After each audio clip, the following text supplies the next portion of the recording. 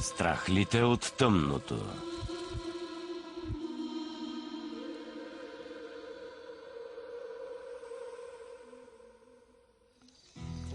Тази вечер е специална.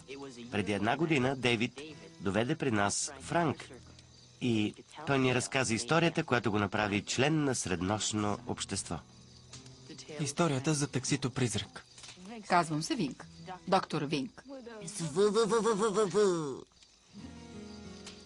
Според традицията ни, човекът, който има годишнина, трябва да разкаже страшна история. Подготвен ли си, Франк? О, да, аз знам една. Давай тогава. Знам идеалната история за вечер като тази. Пълнолуние. Именно. Странни неща стават по пълнолуние. Хората винаги се държат малко по-различно. Малко по-особено. Но за всеки разказвал някога страшна история. И има едно нещо, което се случва винаги по пълнолуние. За това е и моята история. Представям на среднощно общество историята, която наричам история на луна.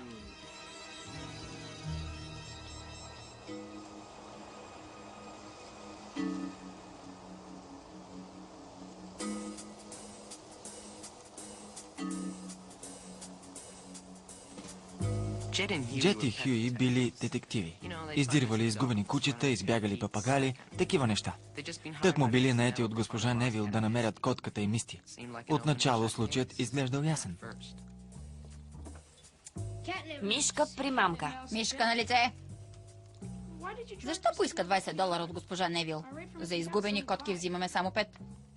Да, но кученцата в магазина са по $20. Гумен хамбургер? Гумен хамбургер на лице. Но майка ти не дава да имаш куче. Ще си промени мнението, като го види. Къде е сребърната свирка, която само кучетата чуват? Трябва да е тук някъде. А ако не стане така? Трябва. Омръзна ми да хвърлям пръчката на теб. И на мен. Треските ме нараняват език. Това си е закон.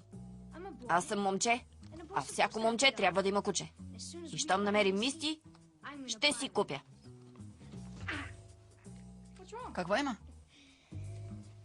Намерих свирката.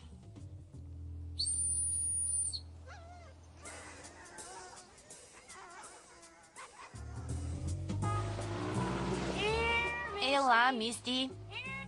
Мац, пис, пис, пис. Ела, Мисти. Мисти! Мисти! Мац, пис, пис, пис, пис, пис, пис. Мисти! Мисти! Ела, Мисти. Мац, пис, пис, пис, пис, пис. Мисти! Котенце! Мац, пис, пис, пис, пис. Мисти.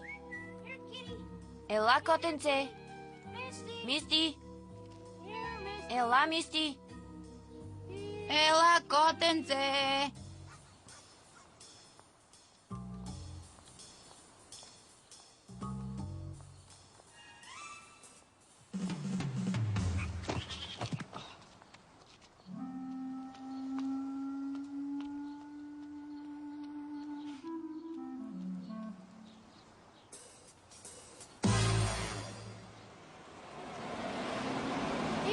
Ела, Мисти.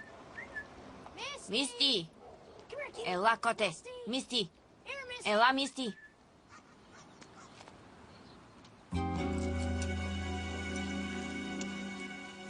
Намерихте. Рин-тин-тин до Ласи. Мисля, че намерих Мисти. Къщата срещу нас. Ласи до Рин-тин-тин. Прибирам се за вечеря. Ще вляза. Край.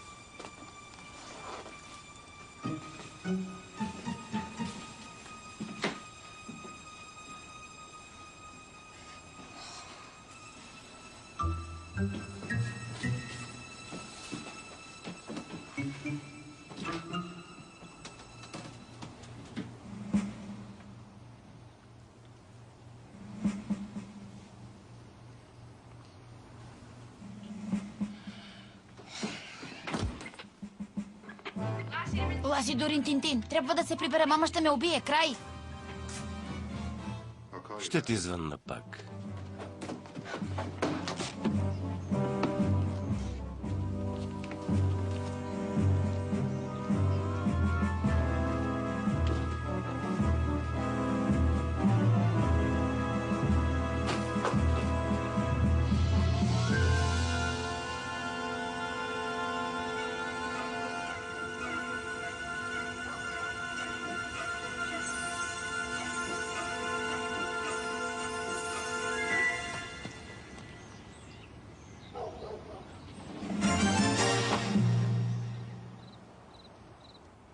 Това е най-абсурдната история, която съм чувала.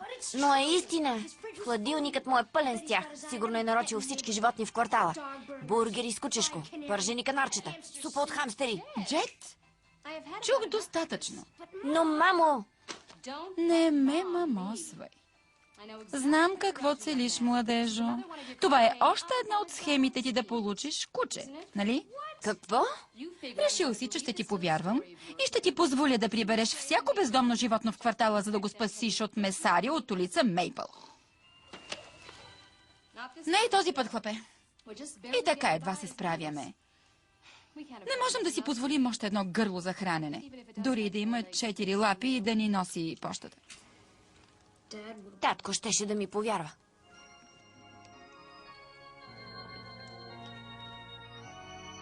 Вероятно е така.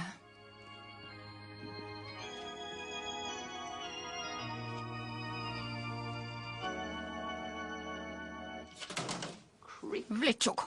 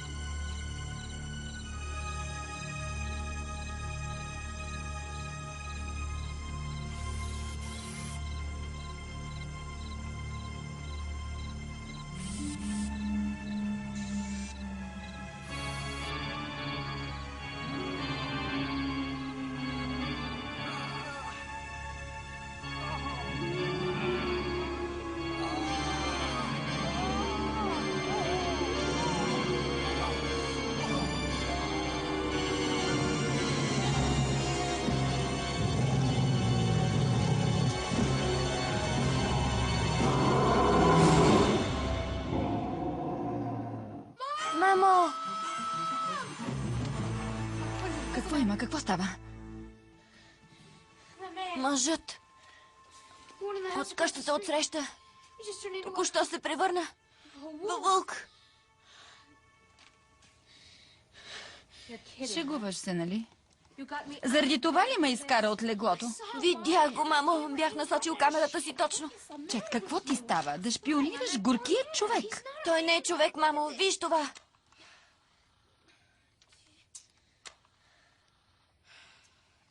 Трябва да е заснето. Добре, Спилбърг, достатъчно. Шоуто свърши веднага в леглото. Не си измислям, мамо. Видях го. Знам. Така ли? Кучето ти е взело ума. Виждаш го дори в сънищата си. Не беше сън. Ще поговорим сутринта. Лека нощ.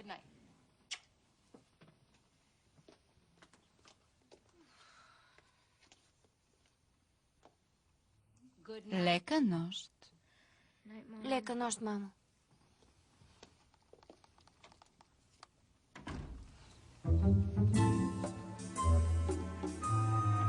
Ето. Върколаци. Да, излизат по пълнолуние и могат да се убият с сребърни куршуми. Знам това, Хюи. Всеки го знае. Какво да направя? Чакай малко. Това го има само във филмите. Истинските върколаци се наричат Месаморф. Те имат заболяване, наречено Ликантропия. и се променят по всяко време. Алергични са към рози и чисто сребро. Супер. Трябва да го затворим в цветарски магазин. Има още нещо. Трябва им прясно месо. Хранят се с малки животни, птици, но любимата им храна са децата. Хюи, това е много интересно. Но въпросът е, какво да направиш, ако съседът ти е върколак? Да се преместиш.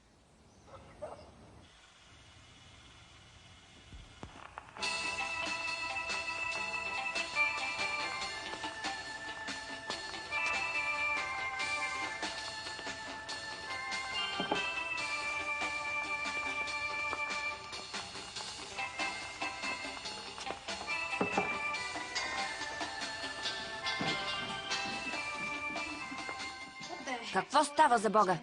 Джет, къде се губиш? Измий се бързо, вечерята скоро ще е готова. Гости ли ще имаме? Ами... Да! Помниш ли онзи мъж, с който се запознах в боулинга? Ще идва тук? Имаш среща? Не е среща, само вечеря. Не означава нищо. Подявалите! Иди отвори джедата. Тоест, не знаеш какво исках да кажа. Да бе, нищо не означавало.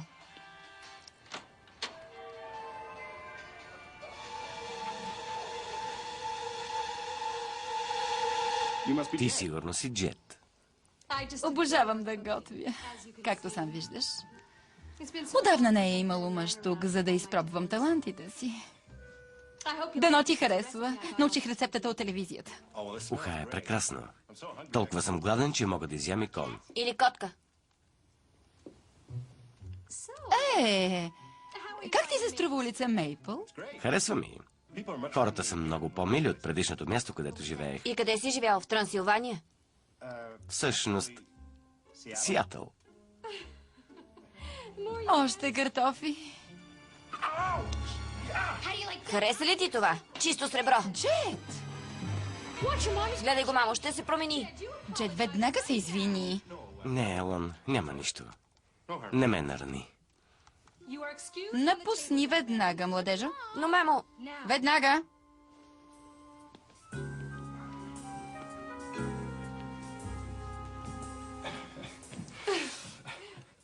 Деца.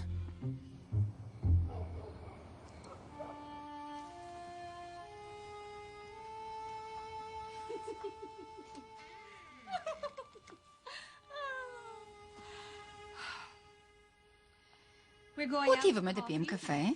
Вечерята ти е в хладилника. Ще се разправям с теб, когато се върна.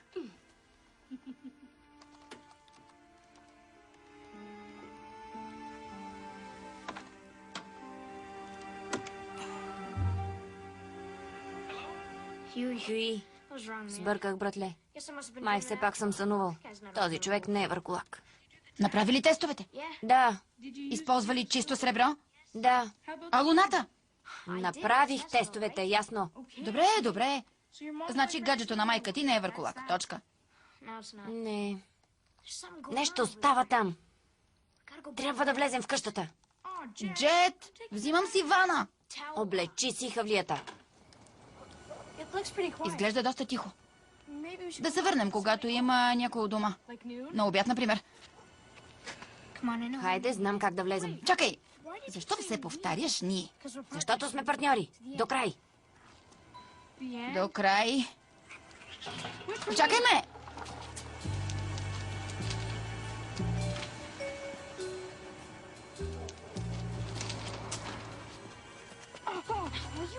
Успокой се, де, няма никого. Той пие кафе с майка ми.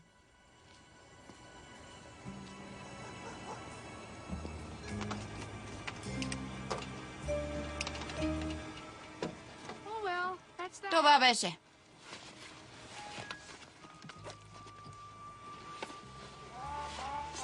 О, човече, какво ще правиш? Това не се случва. Той не го прави, той не го прави. Направи го. Хайде.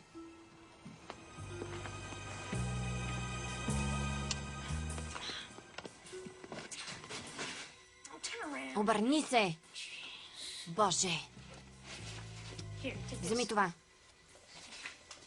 Погледни тук.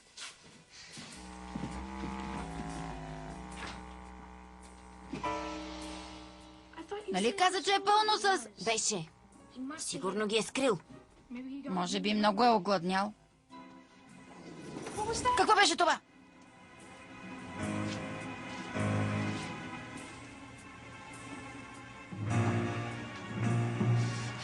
Дай ми го.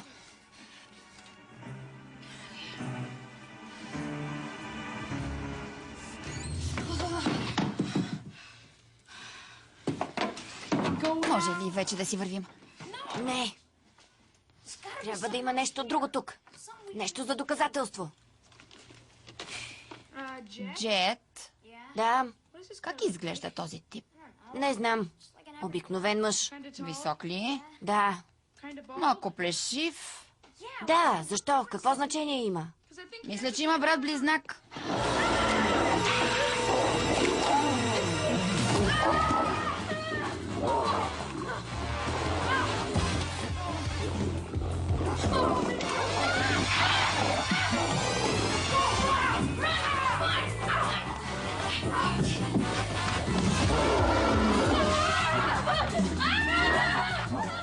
Това няма да помогне!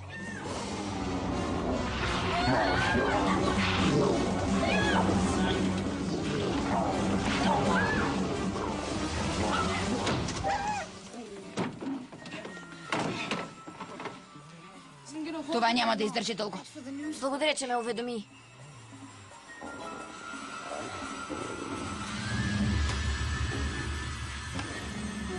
Боже, ние сме в спалнята му.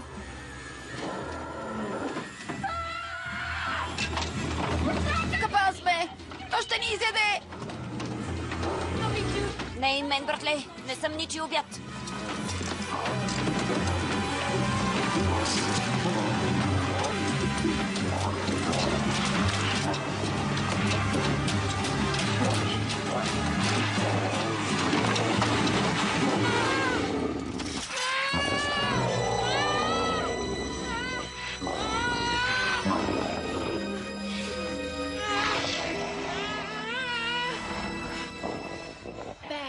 Лошо куче.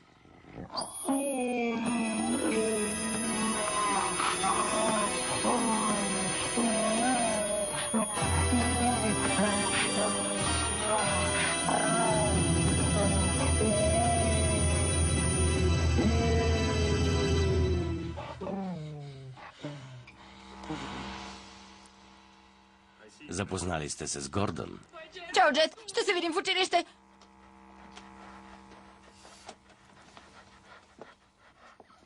Гордън ли? Моят брат. Имам новина за теб. Брат ти има проблем. Да, аз знам. Ликантропията е ужасна болест. Всички ми казват да го избавя от мъките му, но той е моя кръв. Само него имам.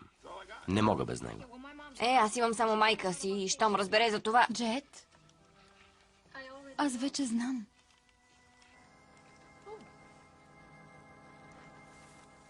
Не те ли е страх? Отначало се изплаших, но се опитвам да разбера, миличък. Надявам се и ти да го направиш. Ама той наистина ли яде деца? Слухове.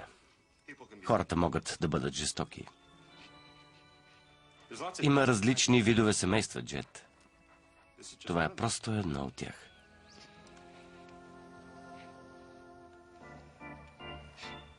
Трябва да спре да яде домашни любимци. Не след дълго майката на Джет се омъжила за мъжа от отсрещната къща. Всички заживяли заедно като семейство. Добре изглежда, господин Анкърс. Благодаря, госпожо Анкърс.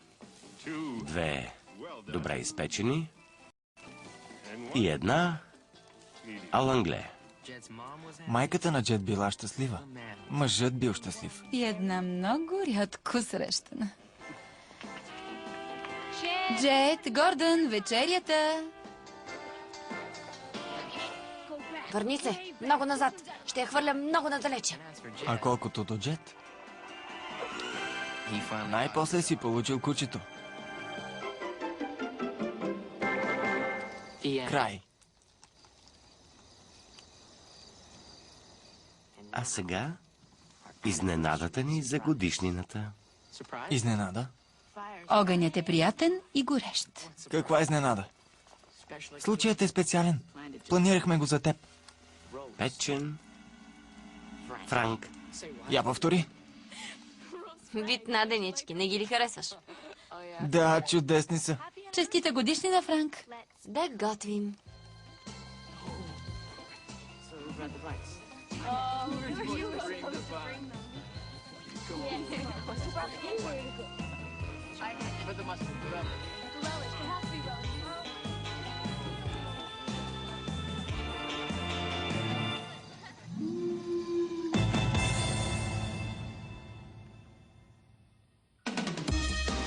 Филмът е обработен в студио Доли. Преводач Левка Грозданова. Ролите озвучиха артистите Гергана Стоянова, Ася Рачева, Камен Асенов, Здравко Методиев. Тон режисьор Андрей Великов.